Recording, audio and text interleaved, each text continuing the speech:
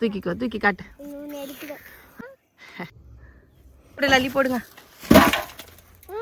போடுப்பா, அள்ளி போடுப்பா.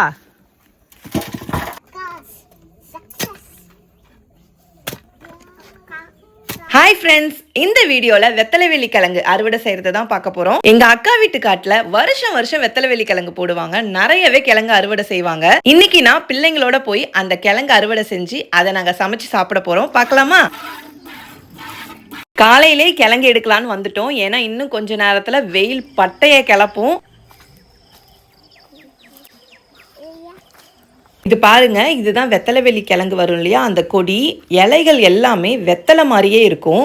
அதனாலேயே தான் இந்த பேர் வந்ததோ என்னவோ தெரியல. இப்போ நாங்கள் இங்கே தான் இந்த காட்டில் தான் 2 பாத்தி போட்டிருந்தோம்.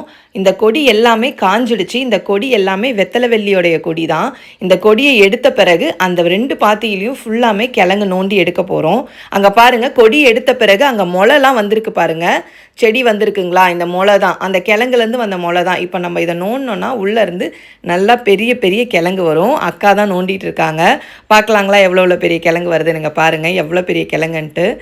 இந்த வெத்தலைவெளி கிழங்கு நம்மளுடைய பாரம்பரிய கிழங்கு வகையில ஒரு வகைங்க. இந்த கிழங்கு எங்க பார்த்தாலும் கண்டிப்பா வாங்கி சமைச்சு சாப்பிடுங்க, பிள்ளைங்களுக்கும் கொடுங்க. ஏன்னா இந்த கிழங்குல நிறைய மருத்துவ குணங்கள் இருக்குங்க. பாப்பாங்க முடிஞ்ச அளவுக்கு அவங்க பெரியமாக்கு ஹெல்ப் பண்ணிட்டு இருக்காங்க. அங்க நிறைய எறும்பு முள்ளு இருந்ததால ஸ்லிப்பர் இல்லாம அவங்களால நடந்து அங்க எதுவும் செய்ய முடியல. அதனாலதான் ஸ்லிப்பர் போட்டிருக்காங்க.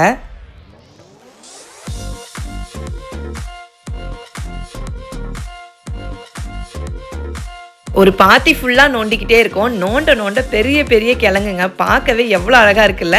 ஆமாங்க, இந்த கிழங்கு நீங்கள் மாடி தோட்டத்துலையும் வளர்க்கலாம், வீட்டு தோட்டத்துலையும் வளர்க்கலாம். இந்த வெத்தலைவெளி கிழங்க நீங்கள் சாப்பிட்ருக்கீங்களா, டேஸ்ட் பண்ணியிருக்கீங்களா? உங்கள் வீட்டு தோட்டத்தில் வளர்த்துட்டு இருக்கீங்களா, இல்லை உங்கள் வயலில் போட்டிருக்கீங்களா? என்னன்ட்டு எனக்கு கமெண்ட் பண்ணுங்கள்.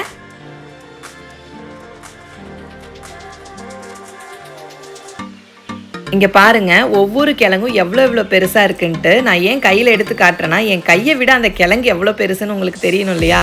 அதுக்கு தான் கையில் எடுத்து காட்டுறேன்.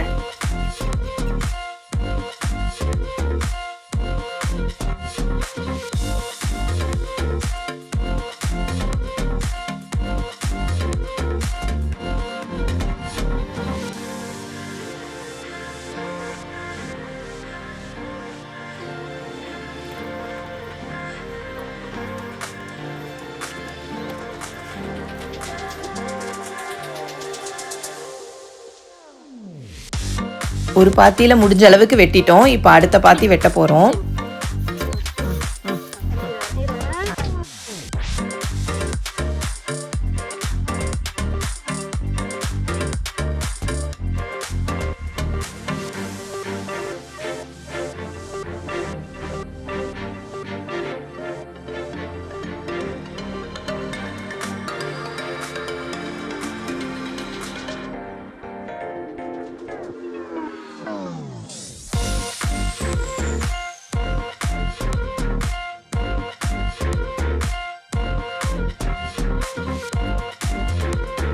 எல்லாமே ரொம்ப பெரிய பெரிய கிழங்கு. ஒவ்வொரு கிழங்க பார்க்கும் போதும் நமக்கு ஒவ்வொரு விஷயத்த ஞாபகப்படுத்துது. இப்போ பாருங்க, நான் கையில் வச்சுட்டு இருக்க கிழங்கு பாம்பு படம் எடுக்கிற மாதிரியே இருக்கு இல்லைங்களா?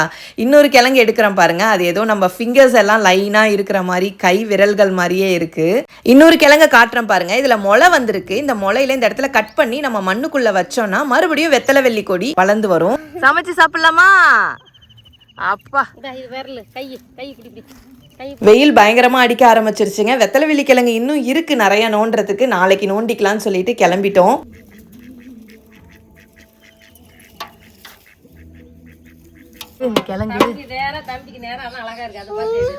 என்ன தெரியாது கிழங்கா?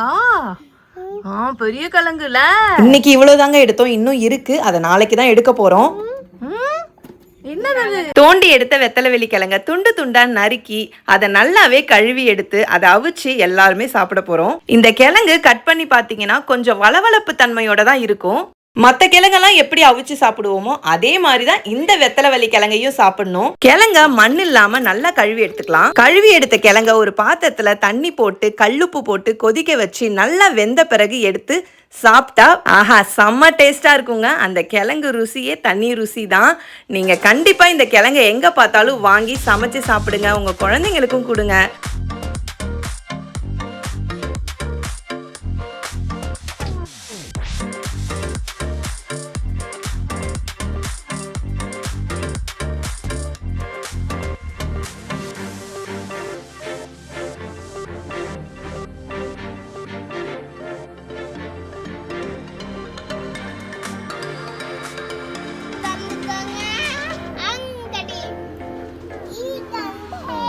பிள்ளைங்க எல்லாமே அந்த கிழங்க ரசிச்சு சாப்பிட்டு என்ஜாய் பண்ணிட்டு இருந்தாங்கங்க. ஓகேங்க, நெக்ஸ்ட் வீடியோல பார்க்கலாம். மறக்காம நம்ம சேனலை சப்ஸ்கிரைப் பண்ணிக்கோங்க. அப்பதான் நான் போடுற வீடியோ எல்லாம் உங்களை வந்து சேரும். ஓகேவா? பாய் பாய்.